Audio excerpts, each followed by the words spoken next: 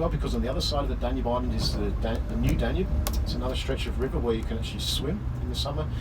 In the summer you can't swim on this part of the river because of the strong currents and the ships, but on the other side of the Danube Island you can. The island belongs to the city of Vienna. There's a lot of grass over there. Now the city of Vienna don't get people to cut that grass, they've hired a herd of sheep, which is environmentally friendly, but it's not cheap, because apparently the sheep have got a very strong union. There it is, the Danube Island. Yes, so we're in Vienna. We're in the capital of Austria. 2 million people live in the city now. Actually, only a couple of weeks ago, it was in the newspaper that for the first time since 1910, more than 2 million people live in the capital city. So this was in the last 20 years. Over 350,000 people have moved to Vienna in the last 2 decades. It was, before the pandemic anyway, the fastest growing city in Central and Eastern Europe. And now it's the second largest German speaking city after Berlin. And now that Britain's left the EU, the 5th largest EU city. So it's one of the biggest, one of the big major cities of Europe, with over 2 million people living in it now. Austria itself, you may have heard already, has over 9 million people living within the borders of Austria, so it's a small country, comparatively small country in Europe. This actually went over the 9 million mark last year, due to the fact there's over 80,000 Ukrainian refugees living in the country at the moment. So for the very first time in its history, Austria has more than 9 million people living within its borders, which means we've got a really big city in a fairly small country. Why is that? Which is fairly unusual. Well, that's because this is the imperial capital of the Habsburg Empire. This was not just the capital of Austria, this was the capital of a huge empire made up to 17 countries at its height. But that empire, which this Habsburg family had built up over 6 centuries, collapsed in 1918 at the end of the First World War. And this imperial capital, once the capital of an empire, became the capital of a much, much smaller country. So that's why we've got a big city in a small country. That's why we've got a lot of history here, a lot of cultural history here, because as I say, this was once the imperial capital of the Habsburgs.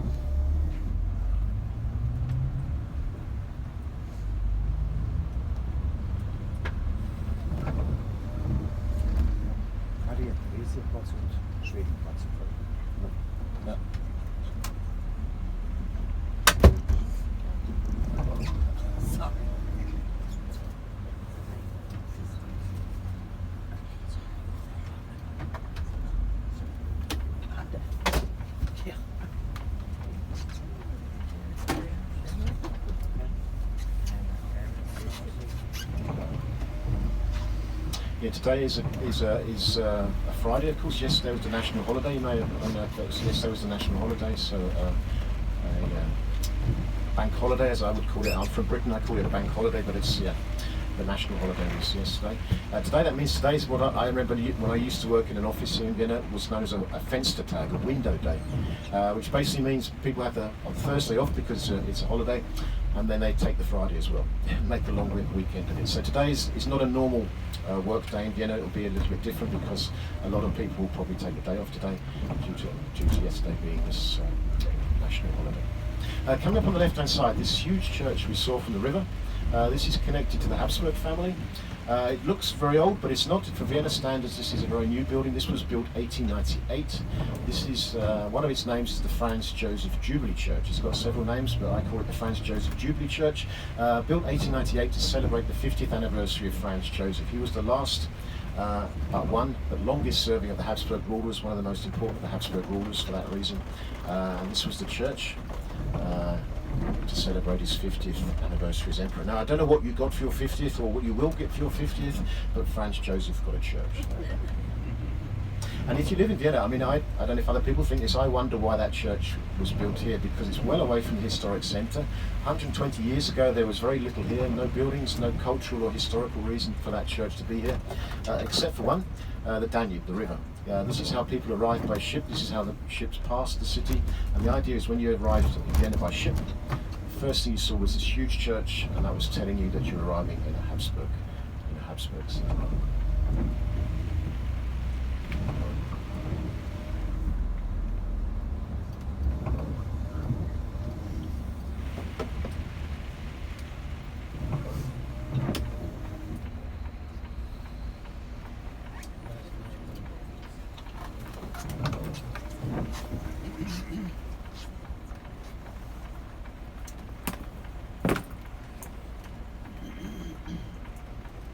due to the mist on the other side of the river.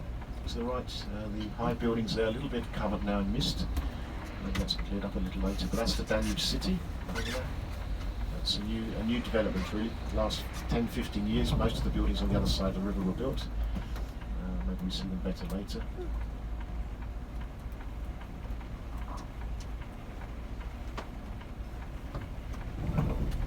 And as we go left, now normally I direct people to look to the right. But we're not going to see it today because of the mist. But when it clears up later, you'll see to the north of Vienna.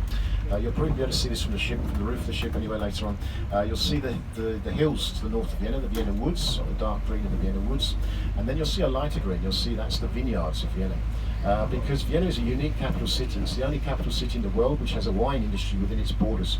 There are over 600 hectares of wine vineyards within the Viennese borders. So that's the only capital city in the world where wine is actually grown in the city itself. It's a white wine city, so if you like white wine, you're in the right city. Most of the wine made here is white due to the soil, due to the climate. And if you want to try typical Viennese white wine, the Grüne is the classic Viennese white wine, which is grown here, produced here, and of course drunk here. On the left-hand side you'll see a white U and a blue Q. This is the underground station, U-Bahn. That's Vorgartenstrasse, yeah? That's 4 stops from St. Stephen's Cathedral. So if you decide to stay in the centre later on and you want to come back on the underground, that's where you get off. You just walk straight ahead and you're down by the river by the ship in about 10 minutes. But you can ask me or Karen when we get to the St. Stephen's how to get there to remind us. But that's, as I say, 4 stops from St. Stephen's.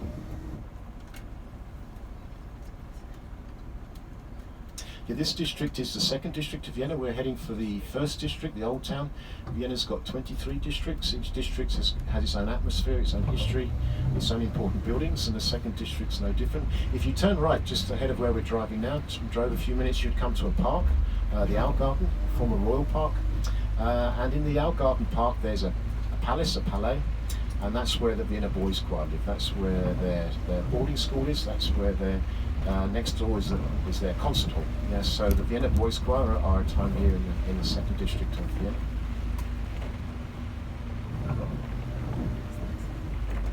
And the Algarten was also, of course, the home to the Algarten porcelain manufacturer. That's the 2nd oldest manufacturer of porcelain in Europe, after Iceland and Germany. Ahead of us now, if you're just seeing the mist ahead of us now, straight ahead you'll see the spire of St. Stephen's Cathedral. That's the most important landmark of Vienna. If you look at the skyline of Vienna, you'll see St. Stephen's Cathedral in the centre. But then you'll also see a 2nd structure, a more unusual structure, and that's based in the 2nd district. We're going to catch a glimpse of it now if it's not under the mist. Let's have a look now to the left. We should be able to see the giant Ferris wheel of Vienna. Yes, there it is. There's a giant Ferris wheel of Vienna, the 2nd most important landmark of the city after St. Stephen's. It was built 1897 by a British engineer who built such Ferris wheels in London and Paris and Blackpool. The oldest Ferris wheel, though, in the world, built by George Ferris in Chicago, 1893. Have a look left now, you'll see it again. But all those other Ferris wheels have gone. This is the oldest Ferris wheel in the world. It's the only one remaining from the 19th century. It runs until 11:30 at night, so when it clears up later, hopefully it clears up later a little bit. If you want to get a good view across Vienna, also at night, then the Ferris wheel of Vienna will give you that. Used to be the highest in the world. For decades it was the highest, but now there are higher ones in Asia. The London Eye is higher.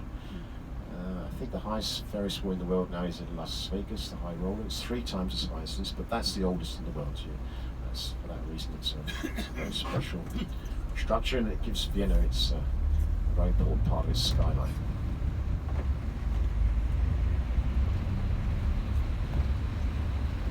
So when we come out from under this bridge, we're going to see a monument, which is also very important for Austrian history. You'll see a column with a gentleman standing on top. This is locally known, or was locally known as the coat hanger. We'll see why when we get closer. This reminds us that although Austria today is a landlocked country, when the Habsburgs had an empire, they had a coastline at the Adriatic. They had a major port at Trieste, and they had the world's 6th largest navy. And this is the Tegethoff Memorial. Admiral Tegethoff was the most important admiral of the Habsburg dynasty. He was famous for winning a battle of Lissa against the Italian Navy in 1866 by using an old Roman method of winning naval battles. He put metal on the prows of his ships and just rammed the opposing ships and they sunk. You can see it actually on the column itself. You can see the prows of the ships with the metals sticking out. So it was rather inelegant but effective, but only once. After they realised what he was doing, the next battle they didn't allow him near their ships. And I can see today, as last week, there is a bird on his head. I don't know if you see that. Last week it was a seagull, but I'm afraid we can't now tell if that's a seagull or a pigeon. That's the Teketov Memorial on our left-hand side. I think it's a seagull. On the left-hand side, now we get a great view of the Ferris wheel, giant Ferris wheel of Vienna.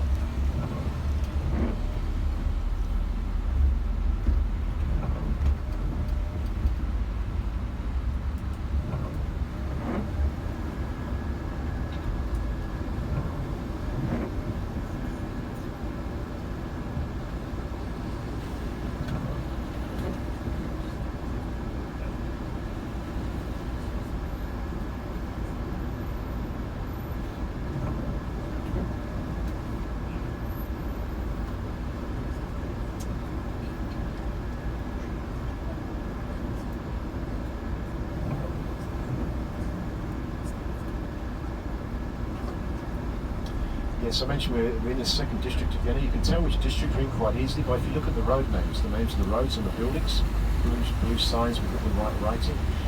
They always begin with a number, and the number is the district number. So you'll see on the right-hand side road name here, it always begins with a 2 because we're in the second district.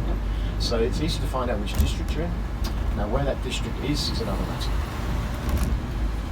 Coming up ahead of us is a very important waterway.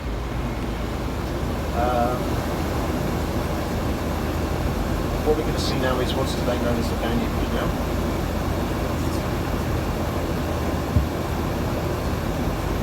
What we're going to see ahead today is the Danube Canal. This was actually a piece of water we're going to see on the left now was the only navigable part of the river Danube. Right up until the second half of the 19th century, the water we see on the left is the only navigable part of the Danube. So you can say this is the original Danube on the left-hand side.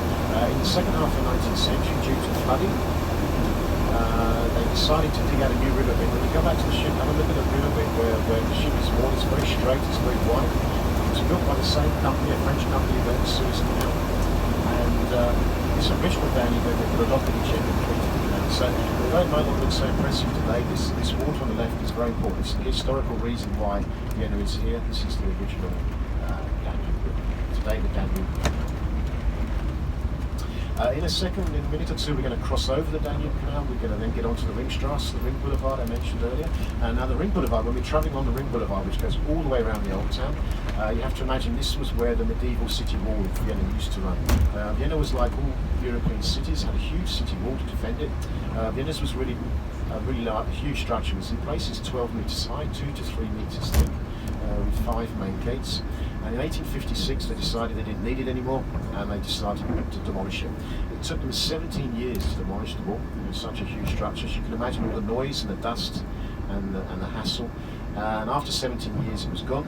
And I imagine people living locally must have breathed a sigh of relief, finding peace and quiet. But of course too soon, because you know once they demolish something, what do they do next? They start to build. And the last 30 years of the 19th century was almost a continual building project, the biggest building project in Austrian history. They built along the Ringstrasse, the Ring Boulevard, 800 monumental buildings on and near the Ringstrasse. And these are some of the most important buildings in Austria: the Austrian Parliament, the State Opera House, the National Theatre, palaces, museums, all built within a very short period of time. And when we cross over the Danube Canal in a second, that's what we're going to see. We come on to the Ringstrasse. On the left is the Urania, the dome. See the observatory there? That was the first public observatory in Austria, built 1910. It's no longer used due to the fact there's electrical lighting. There's so much electrical lighting today that you can't see the stars very well from there, so they had to build a new observatory in the Vienna woods, but that's the Urania. Urania, of course, the muse of astronomy. And that was also Austria's first adult education institute, opened in 1910. It still does adult education courses there, and it had some very famous people who held seminars there, lectures there. For instance, Albert Einstein once held a lecture at the Urania, and Thomas Mann, the German author, also once held a lecture there. So it's got a lot of history. Today there's a coffee house there, there's also a cinema, watch the theatre, and it still offers courses, that's the Urania.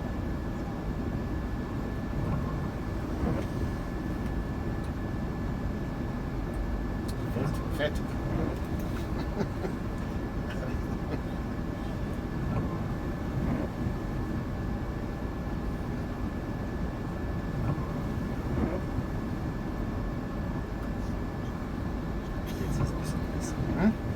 Ist gut, ja, das ist gut. Das kann man jetzt halt perfekt. Es hilft, wenn man aussieht.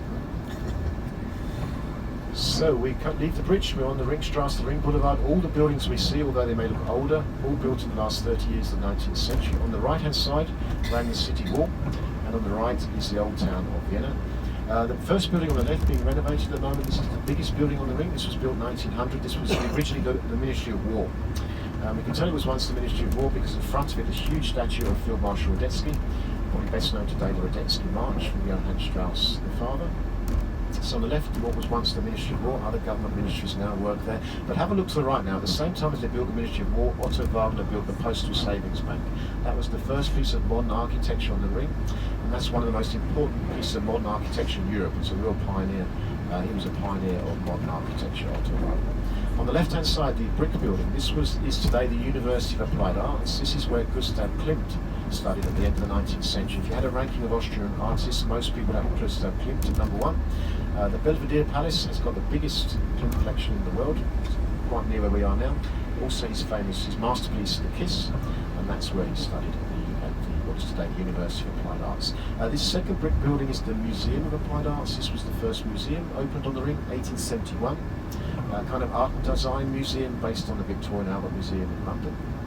You can see those two buildings are clearly brick built. All the buildings you see on the Ring, they're all at their core brick built, and then many of them faced with different stone. They needed 30 million bricks to build these buildings.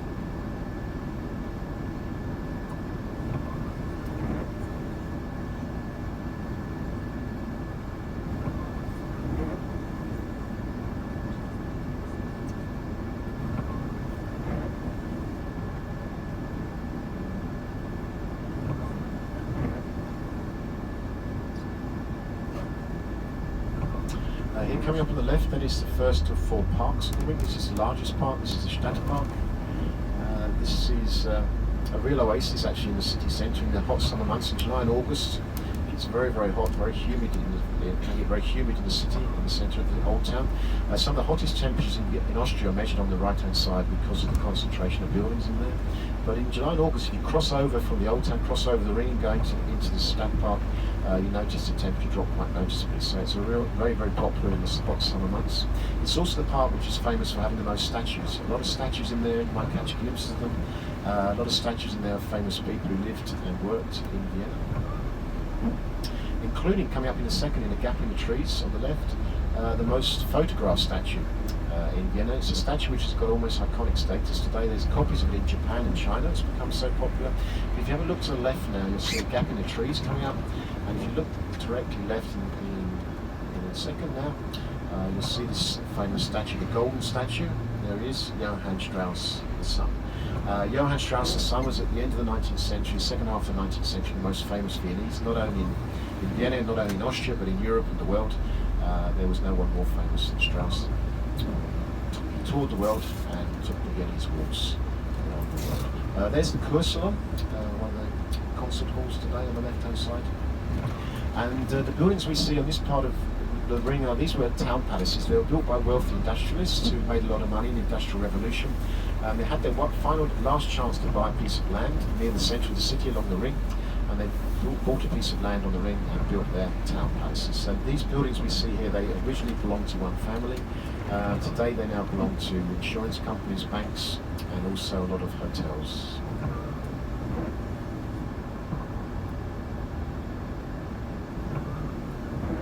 including the most important hotel in Austria. It's coming up ahead of us, straight ahead in a second. You'll see a white building with flags on top. This is the Hotel Imperial.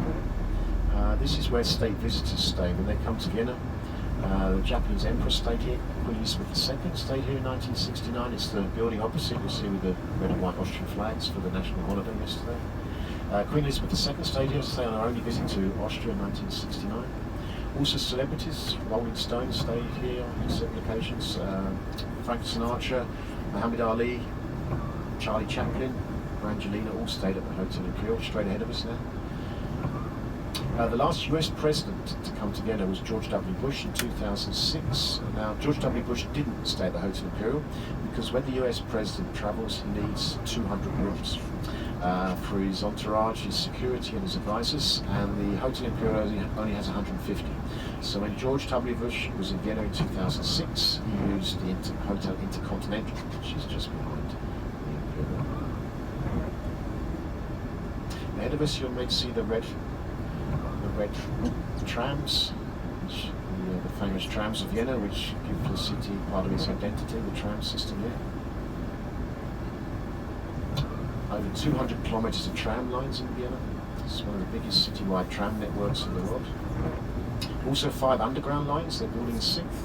It's actually the newest underground system in Europe, 1978, they're going to build it.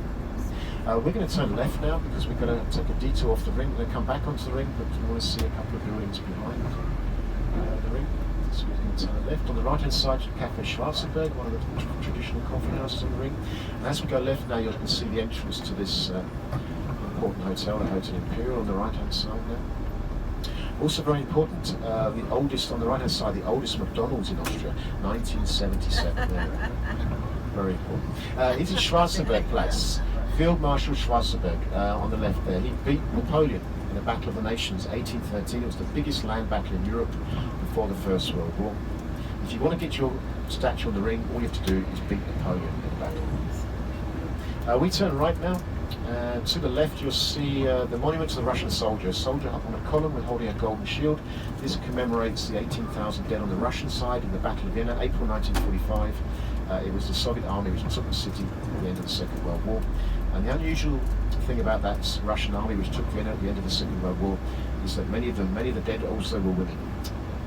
Coming up on the left and right now, we've got 2 very important buildings. On the left-hand side in a second, a church will appear, a huge church, the Baroque Church of St. Charles, built to commemorate the Plague Dead of 1713, the most important church on the left now after St. Stephen's Cathedral.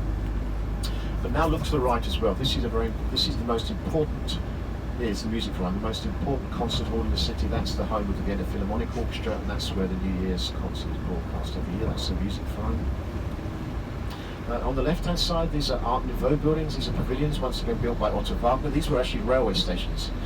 These were built for the Emperor. One station to get on his trains to go out to his summer palace in Schönbrunn, the other station when he came back. Franz Joseph didn't like trains. He actually liked horse and carriage. He only used those stations twice.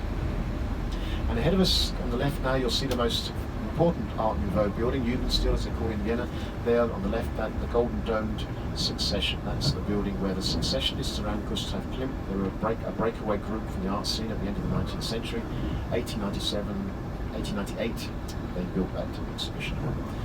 The Succession, known as the Golden Cabbage. Art Nouveau was this architectural style around 1900. As you can see, the buildings are rather grand, rather expensive materials.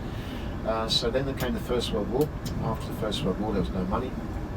And Art Nouveau disappeared into history. So a very short period of time. There's some very important Art Nouveau buildings in Vienna, and that's the most important Succession. Head to the left-hand side.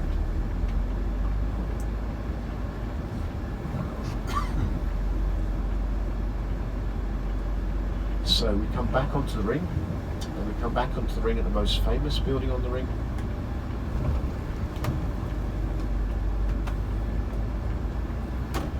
Ahead of us to the left, coming up on the other side of the ring now, is the State Opera House of Vienna. It's one of the top 5 opera houses in the world today. It's the first building which was actually completed on the ring, actually opened 1869. And today, if you're an opera fan, don't come to Vienna July and August because they're on holiday. But if you spend a week here any other time of year, you can see a different opera every night at the Opera House, which is very, I think it's unique in the world, very, very expensive, as you can imagine. But the advantage the Opera House have, it's written in the Austrian Constitution, I believe this is also unique in the world, it's written in the Austrian Constitution that whatever government's in power, whatever party the government is in power, they must always subsidise the Opera House, the National Theatre, and 2 other theatres in Vienna. So they've got plenty of money, 98%, 99% sold out every night, and that means they can put on a very detailed programme. If you're prepared to stand for a 3-hour opera, you can get standing tickets for €6. These tend to be snapped up by the students in Vienna because Vienna has got a huge student population. After London and Paris, the largest student population in Europe, 200,000 students in the city, so almost 1 in 10 of the people who live here are students during the semester anyway. And the students tend to snap up these standing tickets. You have to be quick.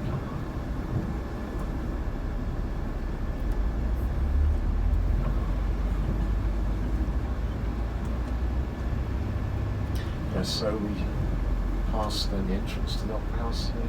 Behind the Opera House is the Hotel Sacca, the Cafe Sacca. You may have heard of the Sacca torte, his famous chocolate gâteau. It was so successful that in 1876 the family spent their money on building a hotel called the Cafe. That's after the Imperial, the next important hotel in the city, the Hotel Sacca.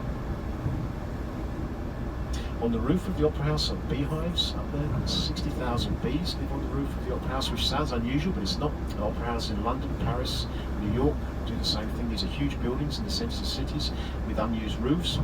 And those bees in Vienna, they pollinate the flowers in the gardens and parks along the ring and in the old town. They also harvest the honey, which you can buy in the shop.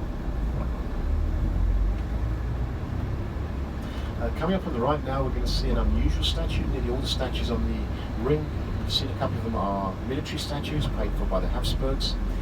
This is one of the few directly on the ring non-military statues. We see a gentleman sitting down now on the right-hand side, the greatest of the German language writers, Johann Wolfgang von Goethe. There's the Goethe monument on the right-hand side.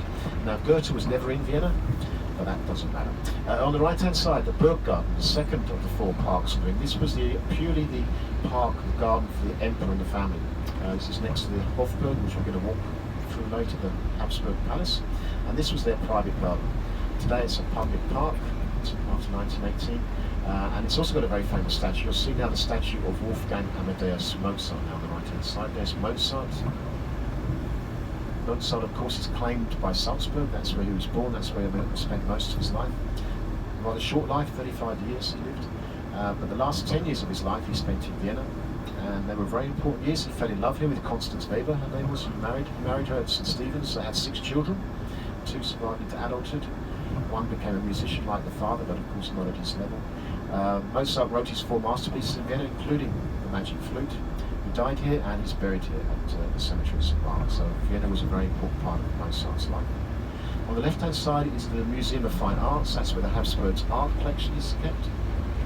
On the right-hand side is the Hofburg, the Winter Palace of the Habsburgs. We're going to walk through here later, so we'll see this closer up. This huge, sprawling palace. For 600 years, this is where the Habsburgs ruled, in the winter months anyway.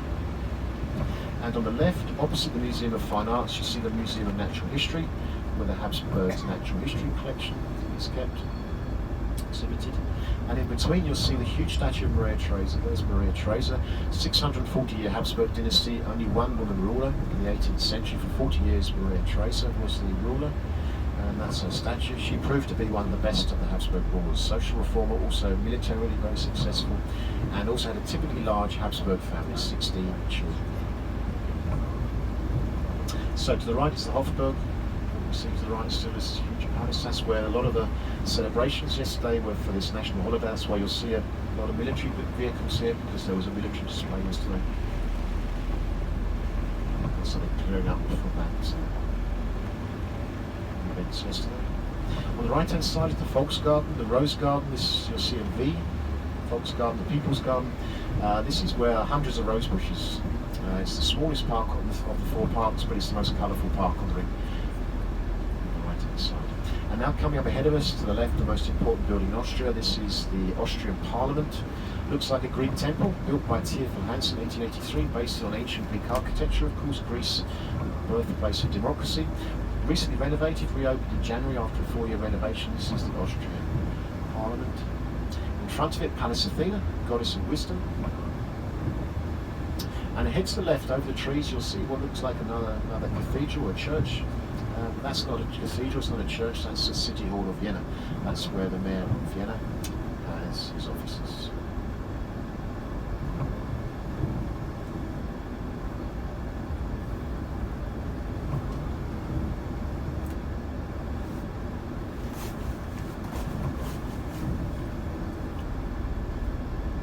So we're going to turn left off the ring now to go back. We're going to go back to the museums where we're going to start our walk in about 5 minutes or so. As we turn left on the right, it's then the fourth and final park on the ring. This is the Rathaus Park. This is in the centre of this park on the right is a square where lots of cultural events take place throughout the year, including coming up in a couple of weeks now, the largest and the most famous of the Christmas markets. It's held here in the park on the right hand side. Vienna is the city in the EU with the most Christmas markets, so it's a very popular place to come in end of November, December in particular, when the markets are.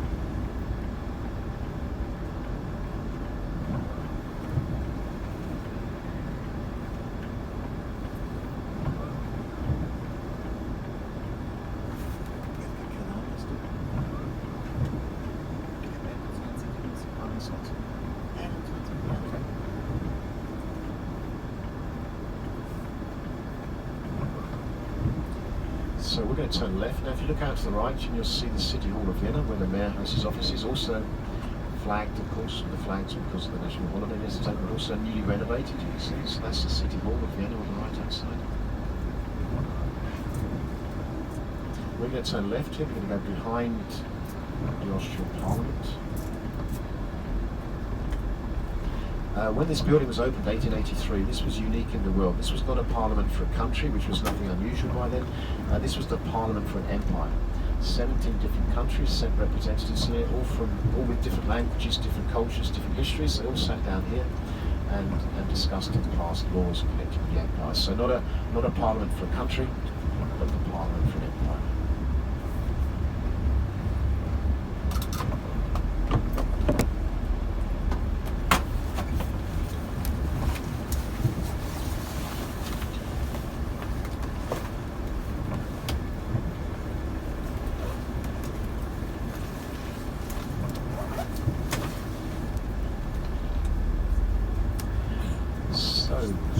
We're going to be getting off in a few minutes.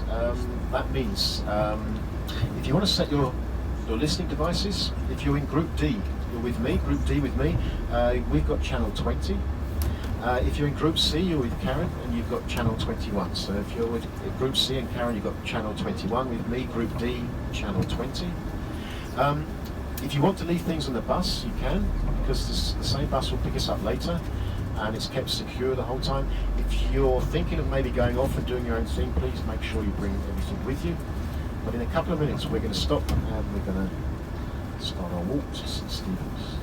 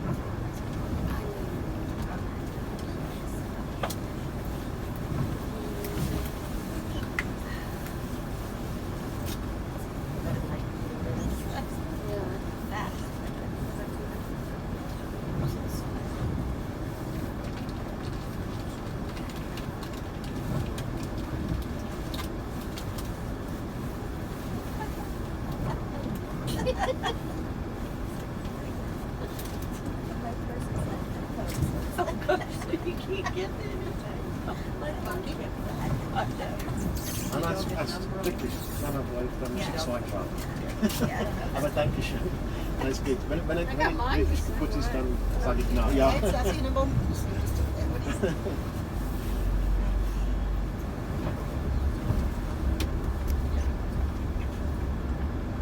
Ist das 12:15 Uhr?